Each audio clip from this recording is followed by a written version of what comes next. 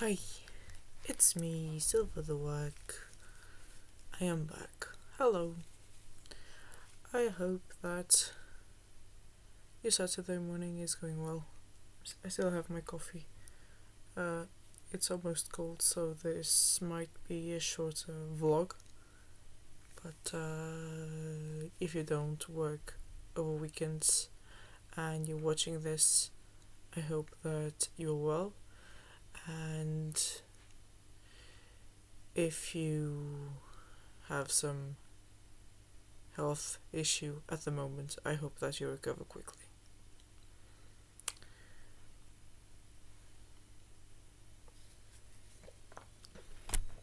Genuinely. And I have to connect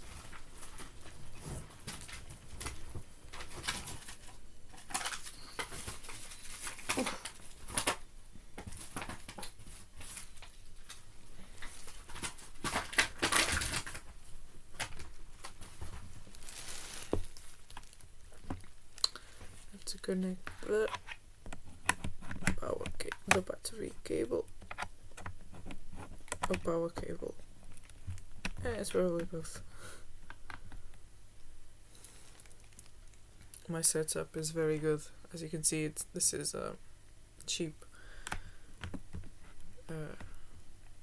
Touch the bottom to have 3 different settings of light kind of lamp, and I was left again with a bunch of yarn, but I don't think this is enough to make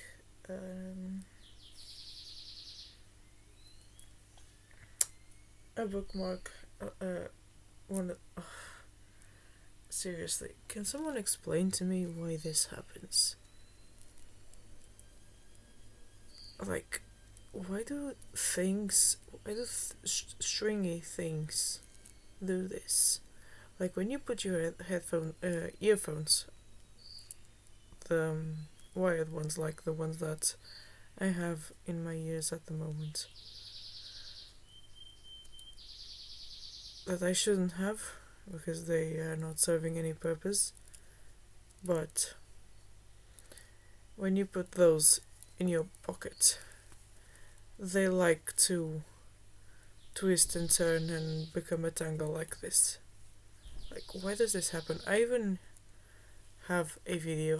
I'm not sure if I deleted that one as well, and I have not yet posted the one with my dog.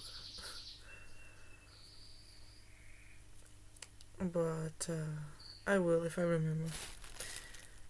The thing is that I keep forgetting. Sorry. There we go. Now, this is a stringy mess again.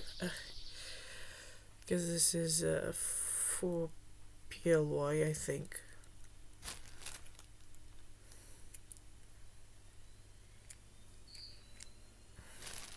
I look really goofy. Sorry. Let me check if this is 4 PLY. It doesn't say. It just says that it's recycled. Acrylic. Yeah. This isn't white, by the way. It's like a sort of off-white beige kind of thing. And I was using it. The reason why my coffee is kind of cold is because I was using it to. Oh, it looks atrocious, doesn't it? I mean, it wouldn't look atrocious if the colors matched. That's the problem. That's the thing here. It's that the colors don't match, and I don't have colors that even remotely match. I tried with this green right here, but it was too bright as well. It was an eyesore, honestly. even more than this white. I don't know, maybe I could make an applique of some kind, something that matched the overall pattern of the sweater, right? It's a mountain scene.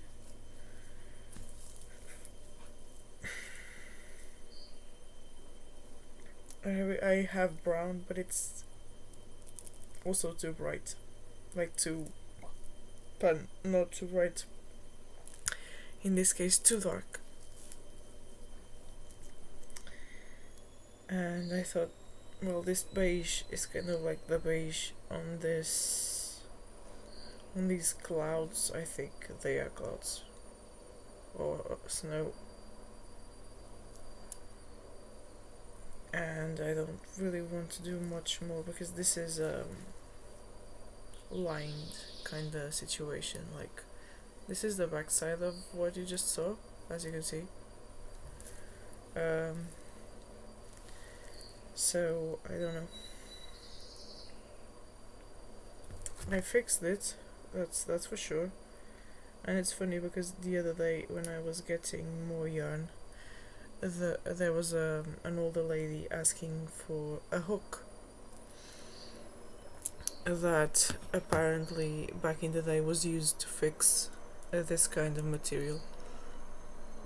And the lady at the shop said that it didn't exist anymore, and that these days people just use the crochet hook to do that.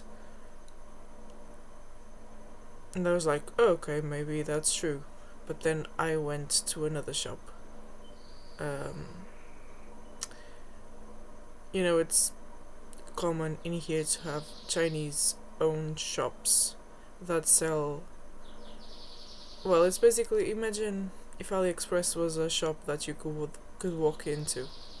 That's basically what it is.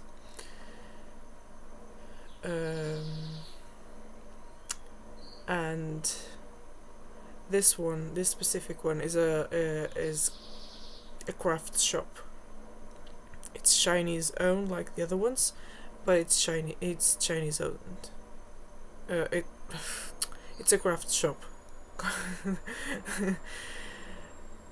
And people look at it and think it's just another regular Chinese owned shop where you can get anything, like when you go to AliExpress.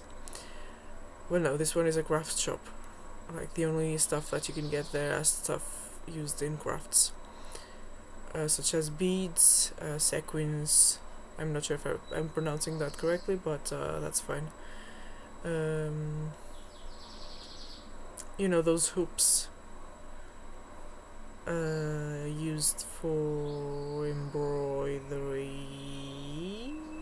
I think I got one. I remember getting one when I got my first pair of knitting needles, which was a magic hoop.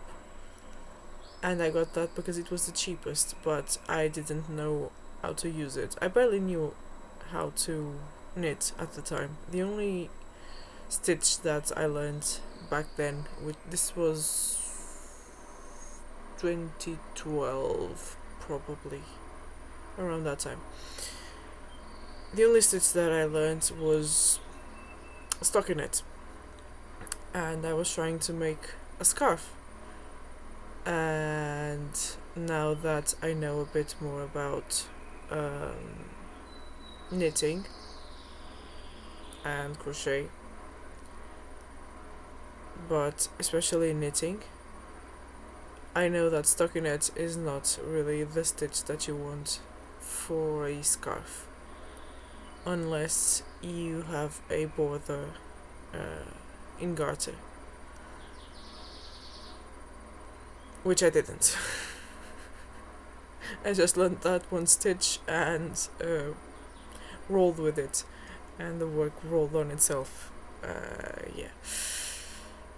And then I found that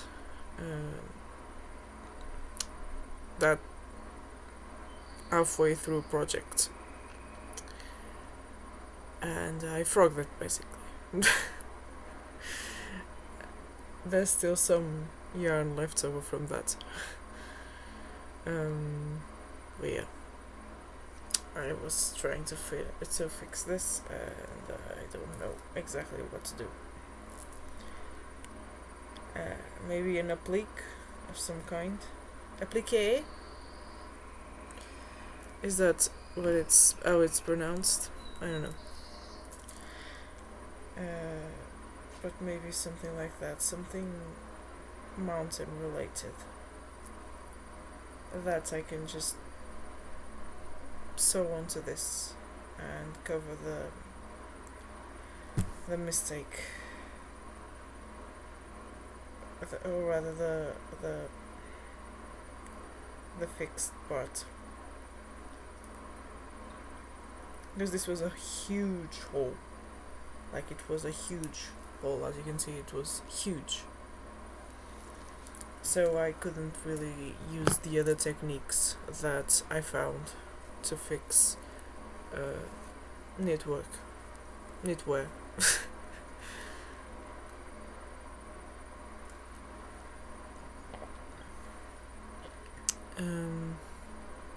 Yeah, I'll try to find some applique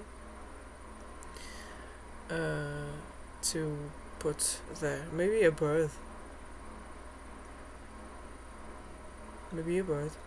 Or a tree. Maybe a tree. Something that would like pop, but would look nice. Maybe a bird. Or a sun. No, not a sun. A bird, a tree. Not sure. Yeah.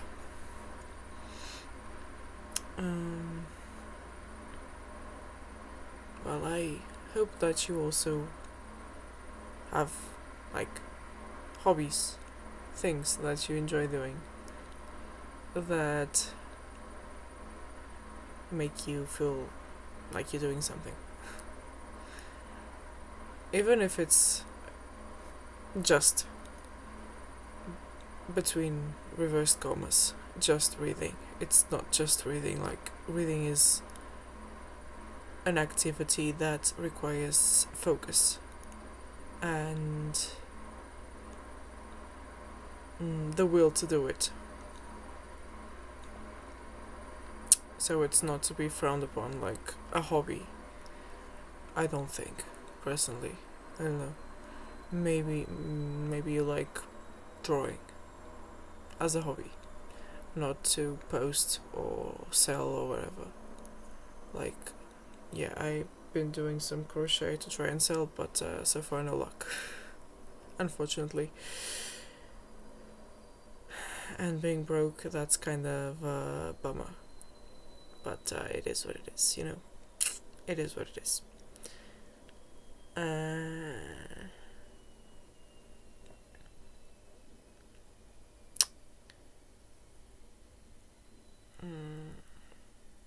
What else? I had something to say today. Oh yes, the linguistics short introduction to basic linguistics. The signifier and signifier. Oh, let's put this with all the letters. The signified and the signifier. And that's something that comes from a long time ago, that dates back to ancient Greece. The linguists at the time already talked about this, of whether nature existed before words, or if words made nature exist. And personally, I think that to humans, things exist when they're named. Before they're named, they're just the surroundings, right? That's what I think. That's not to say that things don't exist, because obviously they exist. It's that dilemma, that philosophical dilemma of if a tree falls in the woods and you don't hear the sound, did it make any sound? Like, obviously it made sound, but you just didn't hear it. It's one of those dilemmas. I don't really remember exactly what school it was, but I can check. Wait, it's thought experiment about observation and perception. But there's something else.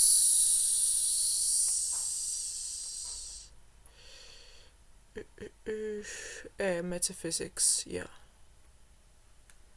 It's metaphysics. Subjective.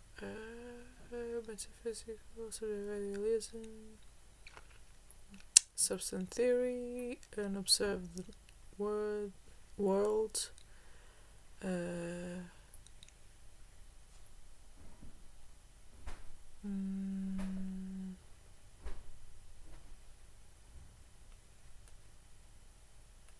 Anthropic principle. About the universe is due to the fact that observation of yeah, okay.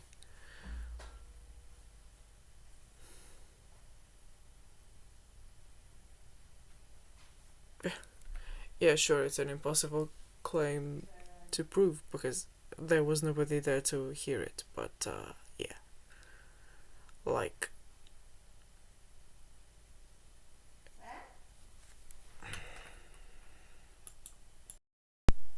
I'm back. Anyway,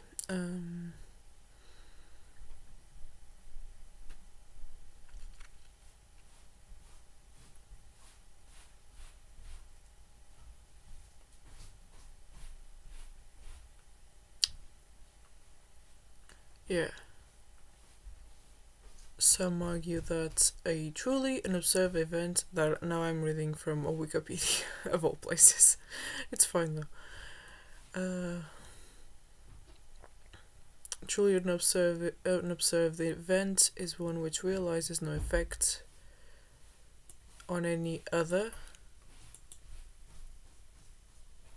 where other might be, for example, a human, a sound recorder, or a rock, and it therefore can have no legacy in the present or ongoing wider physical universe.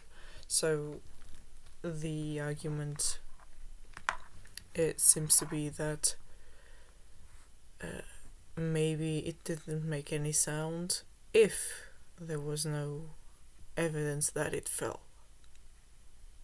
But it did fall, so yeah.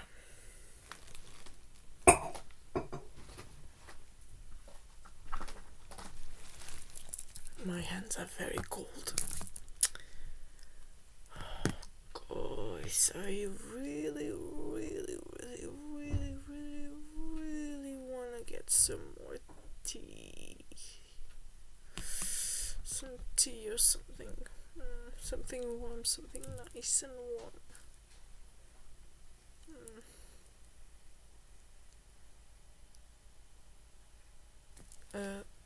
There's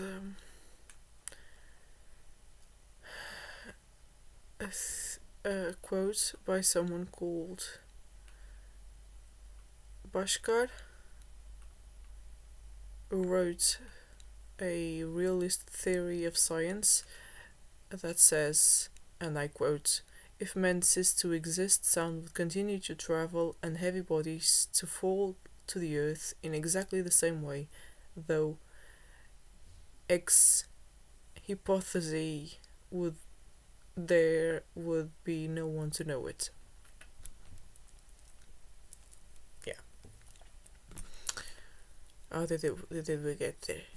From the signifier and signified. I think I said that. There. Yeah.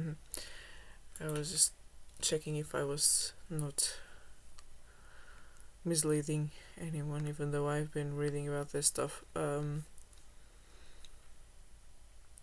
So this is basics, the very, very basics of linguistics, right? And this was one of my favorite subjects when I was an undergrad in my major, which is languages, literatures, and cultures. And that includes linguistics, obviously, because that's included in languages. You have to learn linguistics and history, which is included in the culture part. So the basics, the very basics, the fundamentals of linguistics. The sign, the linguistic sign, would be what you would call the word. Maybe I'm boring everyone, but if you're listening to this passively, maybe this is exactly what you want. So the basic element of linguistics, of language, is the sign, the linguistic sign. And this comes from the Greeks. This is something that people like Aristotle and others already talked about. And that's why I went on the tangent of does nature exist before words? Obviously it does, but like the theories about the tree says. The theory about the tree says, rather, it's a matter of perception and observation, right? So, in linguistics, there's a sign, which is the word, and that's the signifier, right? The signifier. The thing that signifies something. And that something is the signified. The thing that is given that word. For example, this. This right here. This is a hook. Hook is the signifier. This object, this blue object that you're seeing right here, is the signified.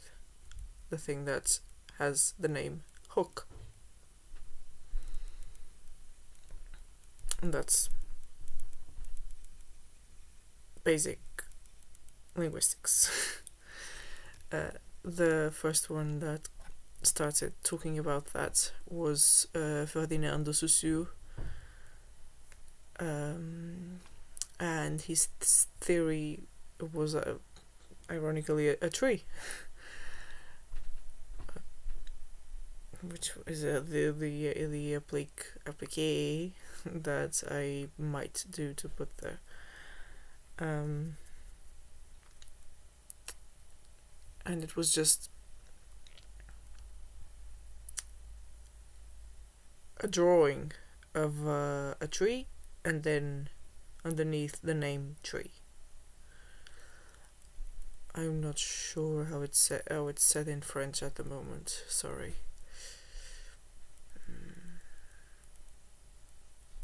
I don't know. It doesn't matter. It was a drawing of a tree and the word tree with the letters. Each of them is part of the sign that is tree. The sign is then voiced. And that's a whole other thing. Because you can sign like with sign language, which I don't know. Unfortunately, I might learn eventually because it's something that I'm interested in. But at the moment, I don't know. And it's interesting because the scheme that Susu made of the drawing of the tree and the word tree. The drawing of the tree itself is a sign, because that's not a tree. And that's another theory. The one with the pipe. Let's see. Pipe.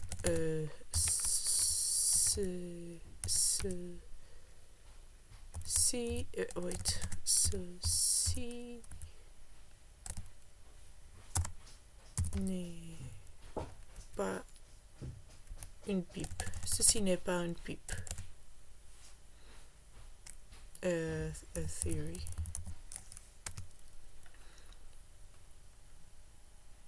This was actually brought up by an artist, a visual artist, René Magritte. And it was his way of explaining, I'm reading from Google, that an image is not to be confused with the tangible object. So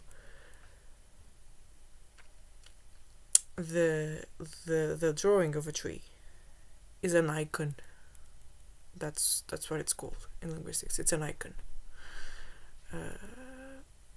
There was another word for it, or not. Maybe I'm correct, and my meds have not quite hit yet, so I'm not remembering it correctly.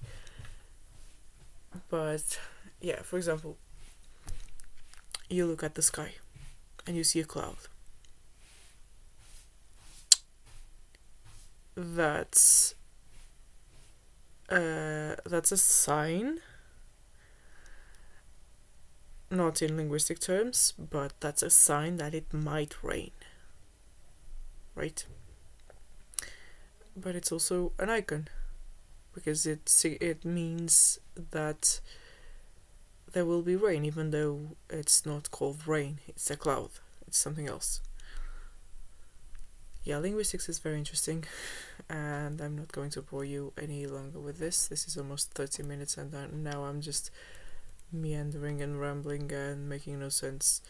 And some of my teachers and professors would say that, oh, you seem to know a lot of things, but you meander a lot. And I, at the time, I was not yet diagnosed, and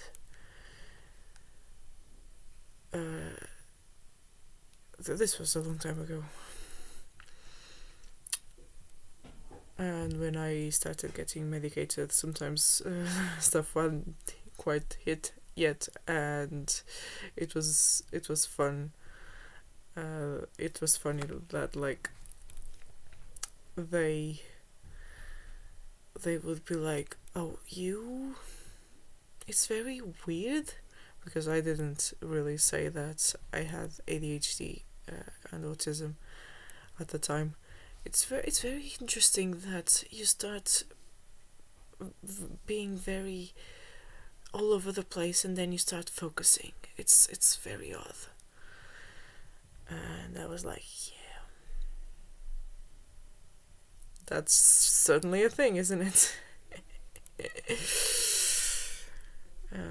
Yeah. But well, I've done something, so I'm set for the day. I actually had done this yesterday, but I was so upset with the results. Like, it didn't look good. It did not look good at all. It did not look good. And it was upsetting me so much that I even dreamed about it. Yeah. But I'm not gonna drag this on any longer. My hands are cold. I might get some more tea. Or maybe not. Maybe I'll have lunch, because over the weekends we go, yay, fighting that tea.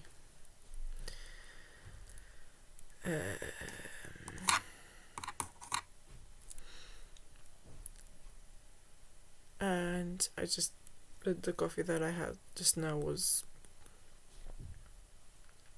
the chicory, that stuff with cereals and stuff, so it wasn't very strong.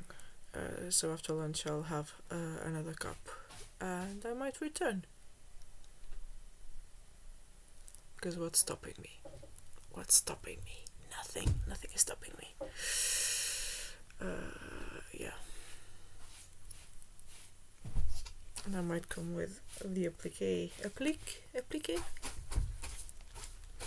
But yeah, I'll be back. That's the thread. Bye bye.